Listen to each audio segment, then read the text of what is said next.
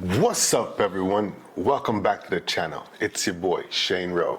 Guys, grab your Yardies coffee, hit the like button, hit the subscribe button, and let's get caffeinated. I know we didn't have a really good Christmas, but you gotta admit, Boxing Day was one heck of a showdown. We played Villa at Old Trafford home, and we won 3-2 in one of the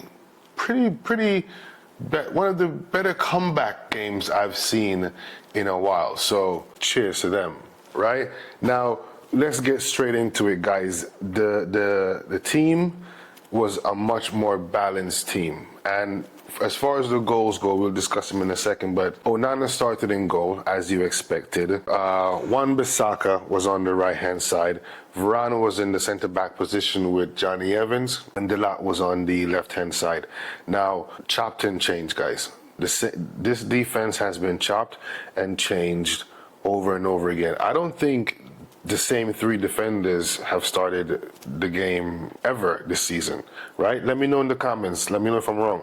But I don't think three defenders from the back four have started the game consecutively at least 3 games in a row, right? With that said, Varane and Evans played like the veteran center-backs that they were.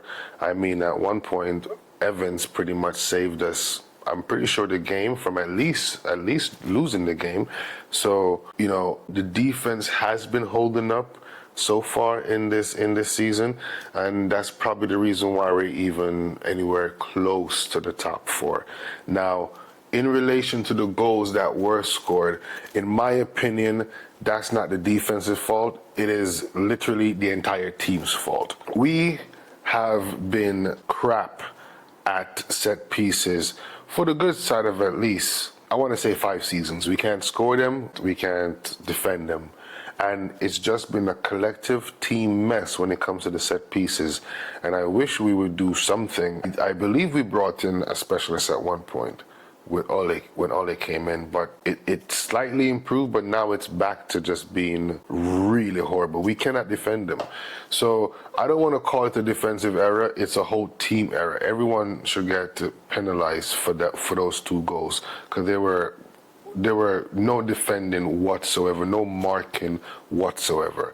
And this is why I was so frustrated, because we had decent control of the game, and then these 2 not fluke, because the truth is we're just really bad at defending any set pieces, and teams always have a good chance against us when it comes to set pieces, and a lot of teams have done this against us throughout the season. However, with those 2 behind us, we did look a much more solid team, especially in the midfield, where Eriksen and Maino partnered as more of the defensive roles in midfield. Now, Eriksen is a tricky figure, because if you're playing a much stronger team such as City or Liverpool or Arsenal even, I don't think Eriksen is right for those games. But in a game where you're gonna have most of the control, especially at home, Eriksen is ideal for this game, because he doesn't want to push up to the front too far like Scott McTominay. He'll stay a bit close to Maino, and you saw it in the game. They were able to play a couple 1-2s. Even if Maino drifted a little bit wide, Eriksen stayed close enough to at least give him enough time to come back into position if he needed to do some defensive work. So it was a much more balanced midfield, and obviously Bruno up top in the midfield area, controlling and pulling all the strings. And from my opinion, guys, let me know what you think. Bruno can be a lot of things, but if we were scoring more of the chances that Bruno was creating, no one would be complaining about Bruno. If I'm not mistaken, and correct me if I'm wrong, but he is the outright leader of chances created in the Premier League. And if he's not been number 1 in a couple of seasons running, he's top 3 every season he's been inside this league, right? So if we were converting these chances, we would be having a whole nother discussion about Bruno as opposed to is he worthy of wearing the captain's armband? Because for me, I think he's doing just fine. We need to start burying the chances that he's providing, which leads to the front line. Rashford played on the left side. He deserved the start. He started to play a little bit better in the games he was coming off the bench. It wasn't miraculous, but it's definitely warrants a start over Anthony. So Rashford was on the left-hand side, Garnacho was on the right-hand side, and I would like to see him play on the right-hand side going forward.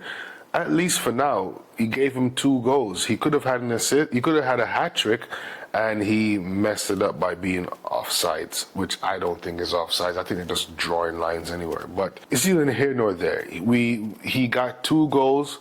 He was linking up with Hojlund. He was linking up with Rashford. It was just a much better display all around.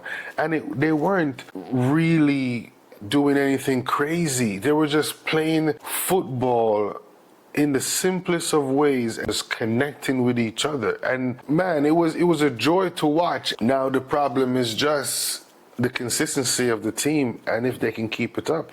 But with that being said, finally, our star man, who's going to be our star man, Rasmus Hojlund, finally got his Premier League goal. And it's a perfect goal for him as a striker. It was the perfect in-the-box poacher goal. So cheers to you, my boy, and may the tap overflow it now. If anyone deserves that, you did, and congratulations to you. Now, guys, we can't sit down and just dwell on these little wins that we're getting. We have to build on them. It cannot be a win here, a draw there, a loss here, then we redo the whole cycle again. We need some consistency in this performance. What I will say is that minus Eriksen, if he needs to come in and out depending on the game, and Martinez when he does come back fit. Well, to be honest with you, now we have Maguire to come back fit, so we might start to get some more options, and hopefully we've hung in there for this long. Maybe with January coming through, Sir Jim Ratcliffe, it's official, guys, he's taking over. 25% stake in Manchester United. The window's just around the corner.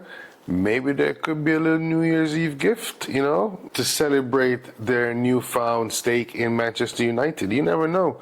So I'm kind of excited about January, and considering that where we are again in the table, if we can get the right players in, if we can improve the squad, if we can get some players back from injury, Mason Mount should be coming back from injury, so that's positive. I think we can do something in the new year. I'm not saying we're going to win any trophies like the championship or something, but we should be able to have a decent push. I think we need some attacking support, so it would be nice to see a striker come in, some form of a winger, and we definitely need a centre back.